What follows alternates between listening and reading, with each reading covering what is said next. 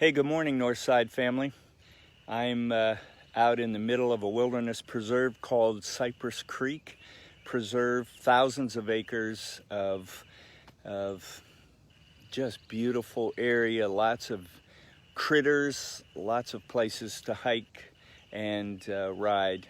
And I wanted to just share with you briefly some thoughts from my morning devotional. The devotion came from John chapter 13, and some of the words that really impacted me and convicted me are from Oswald Chambers, his devotional on Holy Week. Chapter 13 of John, Jesus is with his disciples, and it is before going to the cross. He's having Passover with them. He's making that into the first communion service. He's talking about his death. They're not getting it. It is just a fascinating, very long chapter. But the chapter begins with an event that is really symbolic of what it means to be a follower of Jesus. Jesus got down and began to wash the disciples' feet.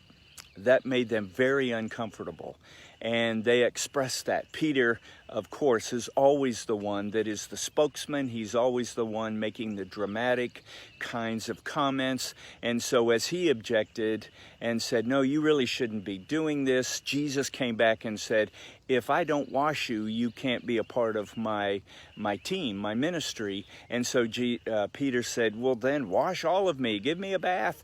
And Jesus, carefully and cautiously just kind of says, no, you don't need that. That's dramatic. That's not necessary. I just need to wash your feet. And so in the middle of this, Jesus is telling them about his death. They don't understand it. They don't get it. They don't like it, of course. Toward the end, Jesus tells them that one of them would betray him, and they don't like that either. And so in the middle of these conversations, Peter has this way of speaking up and being dramatic. He makes the dramatic statements.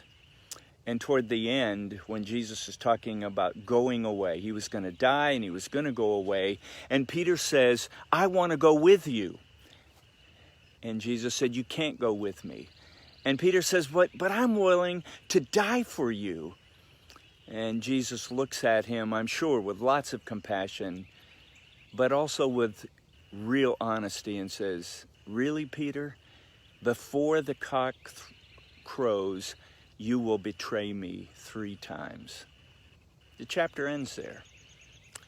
Oswald makes the convicting statement that following Jesus isn't about the grand declarations. I'm willing to die for you right now, or I'm going to do this big thing for you. It is in the daily laying down our lives.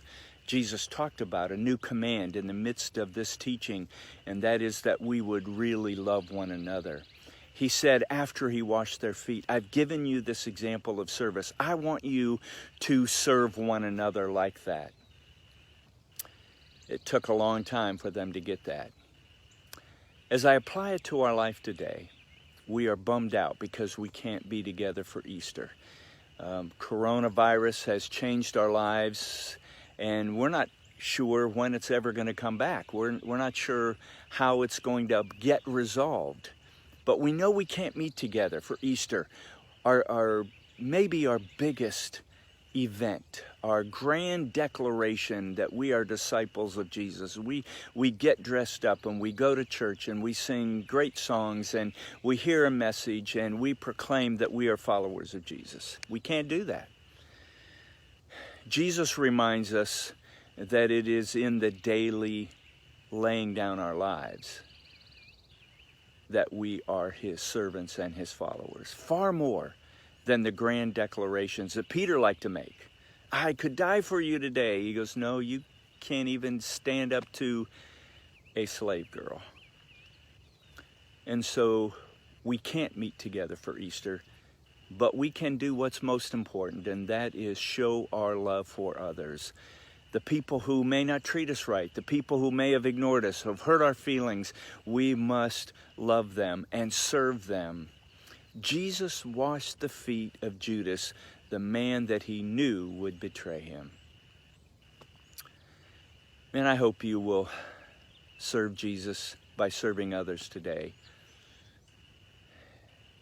And I pray that on Easter you will join us for a live service. It will be given out live, but it will be taped ahead of time. And so God bless you. I hope you're praying for one another, reaching out to one another. Sunday at 10 we'll be together. And thank you very much for listening. God bless you.